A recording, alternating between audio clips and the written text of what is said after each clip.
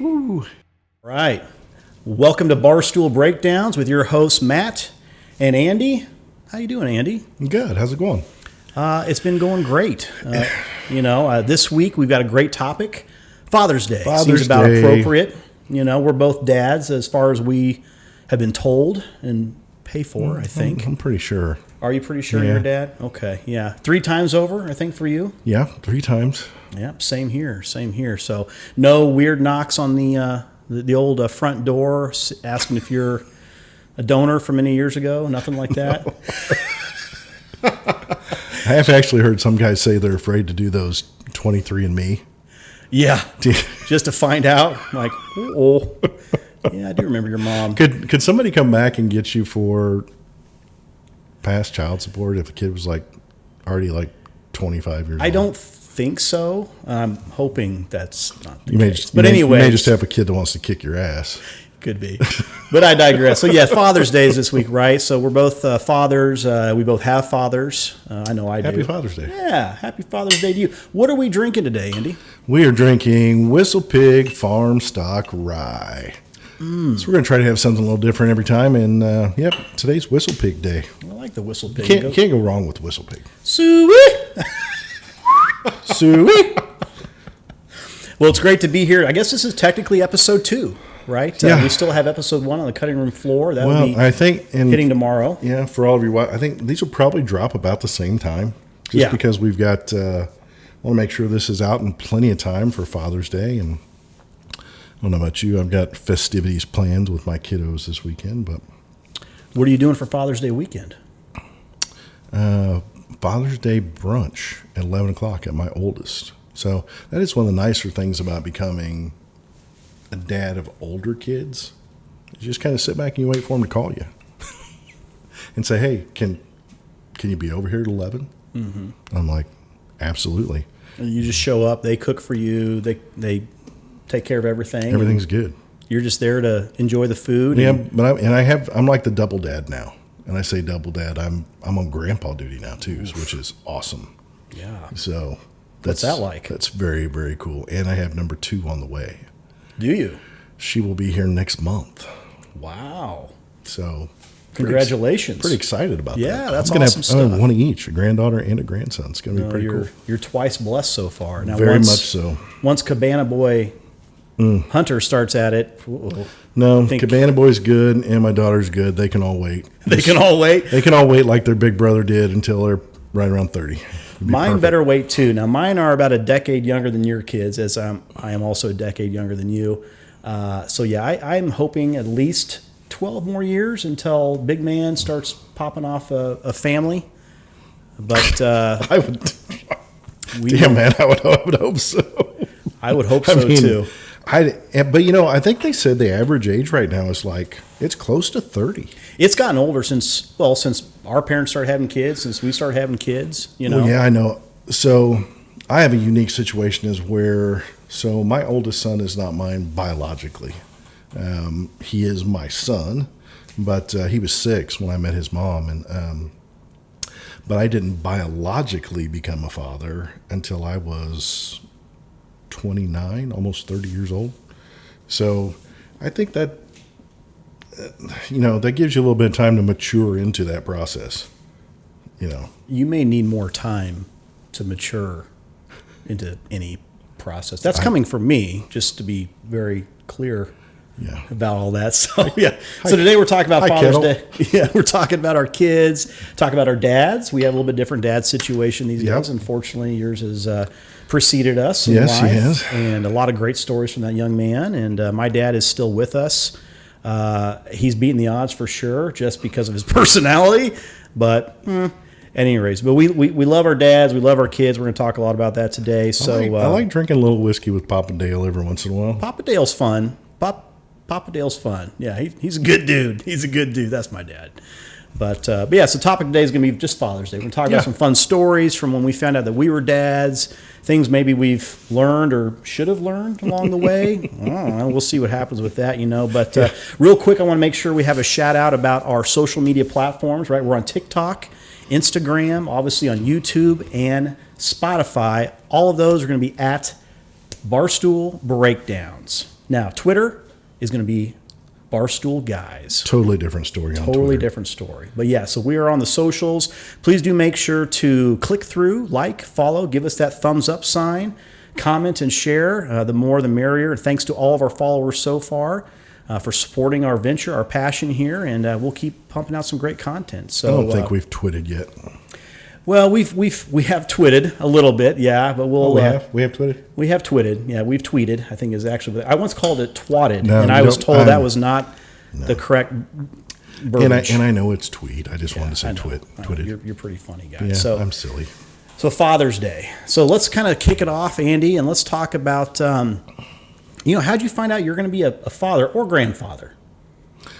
Father-wise, I was there for the pea stick. So, I mean, there was Yours or hers? Well, no, say. hers actually made a lot more sense in that situation. The other's just recreational, but Right. yeah. So I was there for the pea stick. The grandson thing, when I found out I was going to be a grandpa, so we were at the house, at my son's house, and he just like randomly walks up to me and hands me this card. I don't know if you guys can even see that, but it's like a baseball card. Mm-hmm. And it had the sonogram picture on it, and then it's got a little info about it. And I'm looking at it, trying to figure out, what the heck is this? Right. And it's got he looks a lot different now than Is he a little bit less blobby? Yeah, he's a little less blobby. He's a little more ripped. Is he a little bit more ripped? Yeah, he's been hitting the gym. I saw that. Yeah, he's been hitting the gym. Almost 2. Yeah, almost 2 now. He'll be 2 August 1st. So your guys' maturity is almost on the same level. We're now, pretty right? close. That's why we get along so well. Yeah, I would imagine so. So yeah, he's pretty awesome. It's going to be pretty neat to see how he reacts to this new baby that's coming in a month. So yes, he's going to have a little sister. So that's going to be pretty cool. So what about you? What was your intro into finding out you were going to be a dad? Yeah, I mean, so I think we've all had, those fun stories when we found out, we were going to be a dad. I think when I was first presented with the pea stick was actually on my birthday. That did not turn out to be a viable pregnancy. That happens, right, from time to time. Thankfully, that was early enough in the timeline. And, and just a couple weeks after that, we went on a trip, kind of a company trip, and just decided to be de-stressed and apparently drink a lot of tequila. That's why Aiden's middle name is Tequila. No. But, and then we got pregnant, right? My favorite story about finding out that we were going to have a child is actually our third child. I had been planning, you and I are both big Harley guys, right? We like our Harley trips, which we need to do at some point. But I had been planning this trip through the Southwest, U.S. Southwest, for a year. I had all these stops set up. I had Airbnb set up, all kinds of great adventures. It was going to be a trip of one, just myself, almost 5,000 miles. And the day came, and we weren't trying to have a baby or anything, but whatever. Just letting it go. Just letting it go. Now, I should have known, because if I sneezed the wrong direction, my wife at the time would become pregnant. But pulled the goalie. Yeah.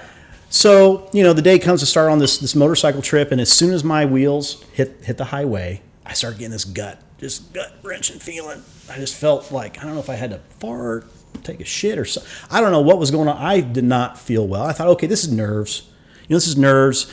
I get down the highway, not 30, 40 miles. It's getting worse, right? So I finally pull over, and I call my wife at the time. I'm like, hey, this is not a great way to start 5,000 miles by myself, and... By the way, my daughter loves this story. She loves this story. She loves it when I tell it, right? I can't even believe we've known each other for 20 years. I can't believe I have never heard this story. Oh, have you not? No. Oh, it's a great story. So, I mean, I'm on the side of the road, like just really struggling with life. Like, do I continue going? Is this just like, have I eaten a bad taco, or is this nerves? Like, what's going on here, right? Like, I am. I'm struggling. Okay. It's a big deal. Good. I'd taken off time from work and the whole thing, right? So I finally say, screw it. I call my assistant. I'm like, hey, Ashley, got to cancel everything. She's like, are you okay? Yeah. I just got to delay this thing.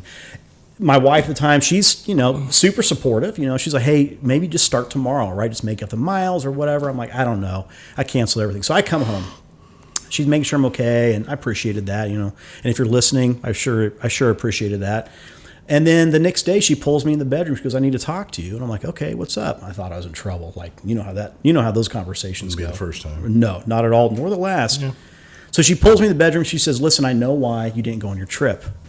And I'm like, yeah, I'd love to hear this. What'd you put in my drink? What did you exactly? What did you give me so I don't leave you with two small children in the house? She goes, well, I'm pregnant. And the second she said that, Andy, I became peaceful. I wasn't anxious anymore about why I didn't go on this trip. I knew that was it. I knew that was the reason why I didn't go on that trip. And it was just meant to be. Maybe something was going to happen to you on that trip. It could have been. It could have been. Now, I've told my daughter, we had a beautiful daughter, Allison. She's awesome. She is not allowed to listen to the show. No. If you are, you're grounded, but I love you, honey. But she loves the story. And when she graduates high school, we're going to take that trip together. That's our little Very cool little bro thing, She's going to have her own bike on that trip? No, I think we're going to four-wheel it, you know. Yeah. So, I mean, their mom doesn't like the fact that I take the girls or our son on my motorcycle at all. So I think we'll just do so I know this is getting off subject a little bit, but that's the difference between bike people and non-bike people, I think. Like my kids my oldest was not really that interested. My daughter likes to ride with me. And then my son is now on like his fifth or sixth motorcycle. Yeah. So not that he hasn't wrecked all of them. I mean, he hasn't wrecked any of them. No. Knock, knock, knock. So I mean, but he loves bikes. But I mean, he comes by it naturally. His grandfather, his great grandfather, his grandfather, his dad. I mean, he's like a fourth generation bike person. Have you gotten him a Harley T-shirt yet? So the first street bike he bought was a Harley Davidson. I don't mean your son, I mean your 19. Grandson. Oh. He hasn't bought a bike yet. I mean, kudos if he has. I've looked at the Harley stuff for my grandson, and I'm gonna be really honest with you, because I can be a little bit tight when it comes to the moolah. They grow that crap so fast, and anything that's got HD on it is like high dollar. And it's good quality stuff, but man, they are proud of their shit, aren't they? Yeah, is $50 T-shirts. And to your point, that kid's going to grow out of it in no time flat. So I bought him a Patrick Mahomes jersey at Christmas, I think, and it'll be nice for his sister to be able to wear once or twice. Right. Or just making it to a crop top and give it to whatever girl you're dating this week. You know what I'm saying? So anyways, we digress a little bit, but yeah, so finding out, that we were dads, that was really cool. And, telling grandparents, like, do you have a story about when you told maybe your parents, like how'd that go? Well, it was kind of funny. So we bought a frame, a picture frame. And this was the first grandchild for my parents. I don't know. Same. Did you ever? Yeah. Yep. So we bought a frame and we bought a camcorder. And my mom and dad did not have a camcorder. So we charge this camcorder and we take it to their house and we give them this frame and they open the frame, and it was about being a grandparent. It said some grandparent saying on it. Mm-hmm. And of course that takes a minute to register, and then gave them also the video camera was for them to be able to record all that stuff that goes on. But sure. No, super excited. And we were talking about my dad. My dad did pass away in 2016. I can't believe it's going to be 7 years this December. It doesn't seem like it's been that long ago.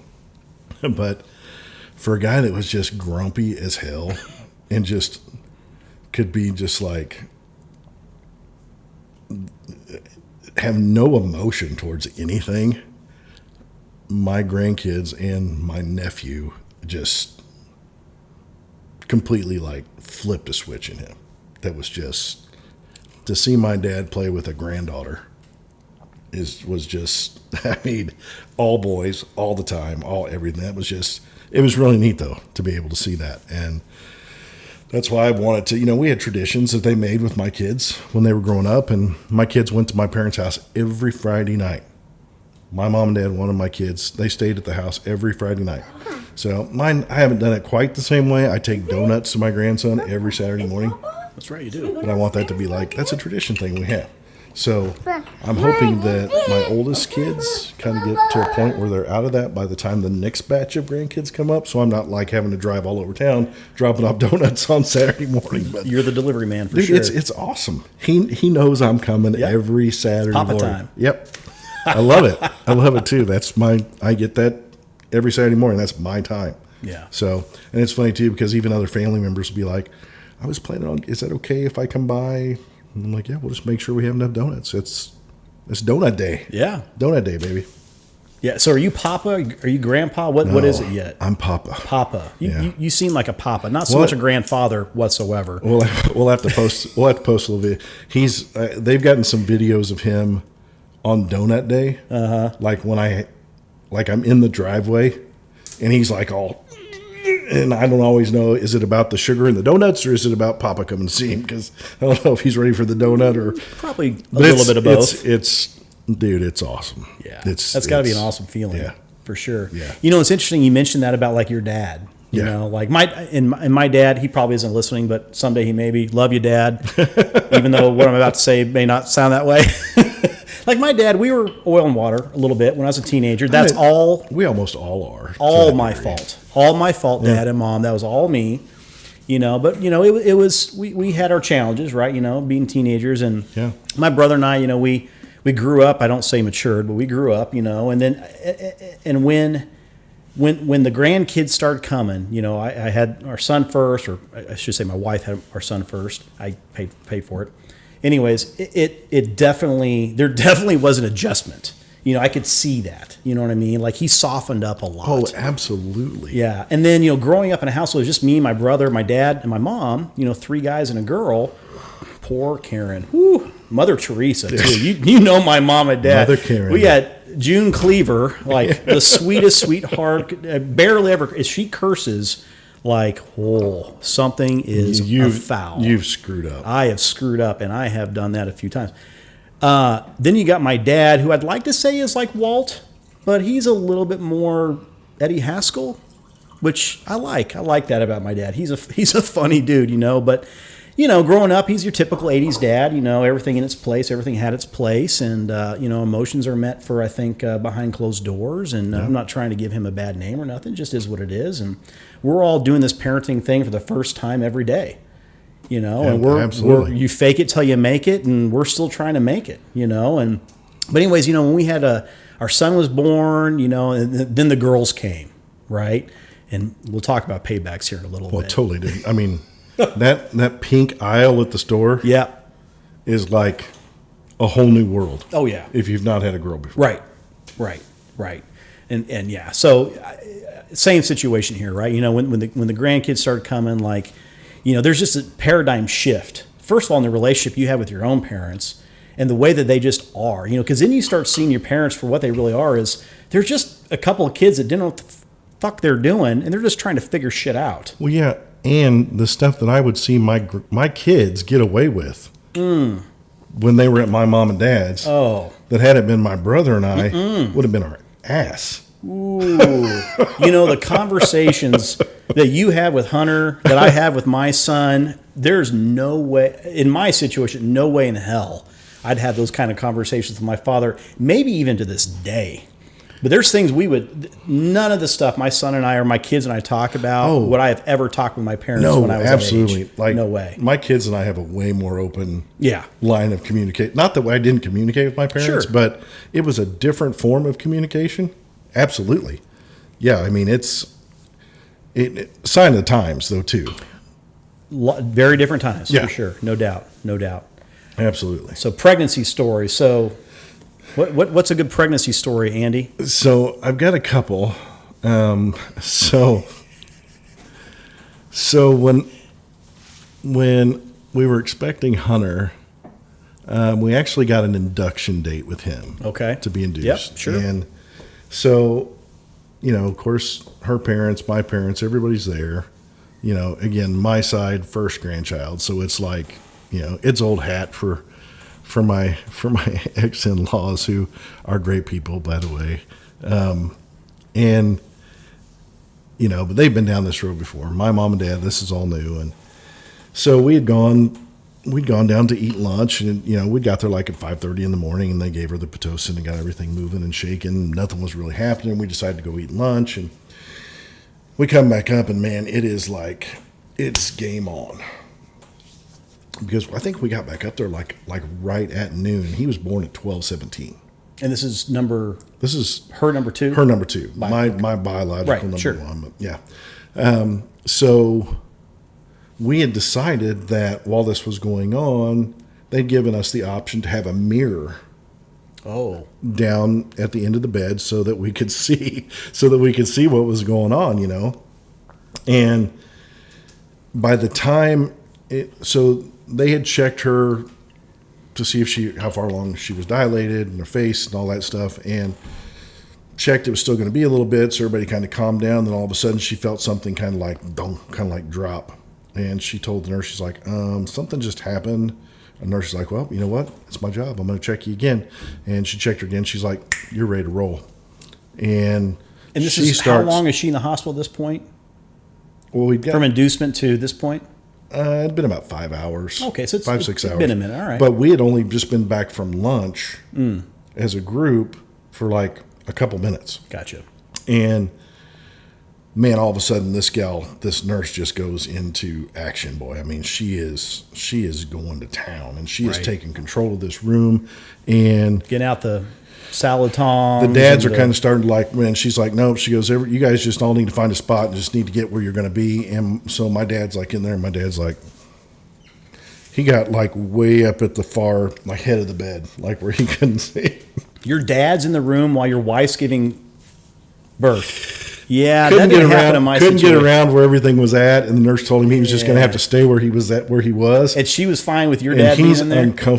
He's more uncomfortable about being in there than she is. Oh, well, I have to imagine at that point women are just like, whatever. Just take a look. I'm standing by the head of the bed. She's right here in front of me. My dad's back here behind me. And he's just like, I can't believe I'm fucking in here. I mean, I know that's what he's... So... she's pushing, and I keep like looking down. I'm checking the mirror out, I'm checking the mirror. I'm like, hey. He's like, what? I'm like, check this out. He's like, nope. And so pushing more comes. That's yours. Push more comes. And I'm like, hey. I said, look at this. He finally realized that I was not going to stop doing this. I mean, dude, your grandson's coming out. Don't you want to see? He's like, I'll be damned. He's like, yep. It was like his whole freaking thing. Oh my God.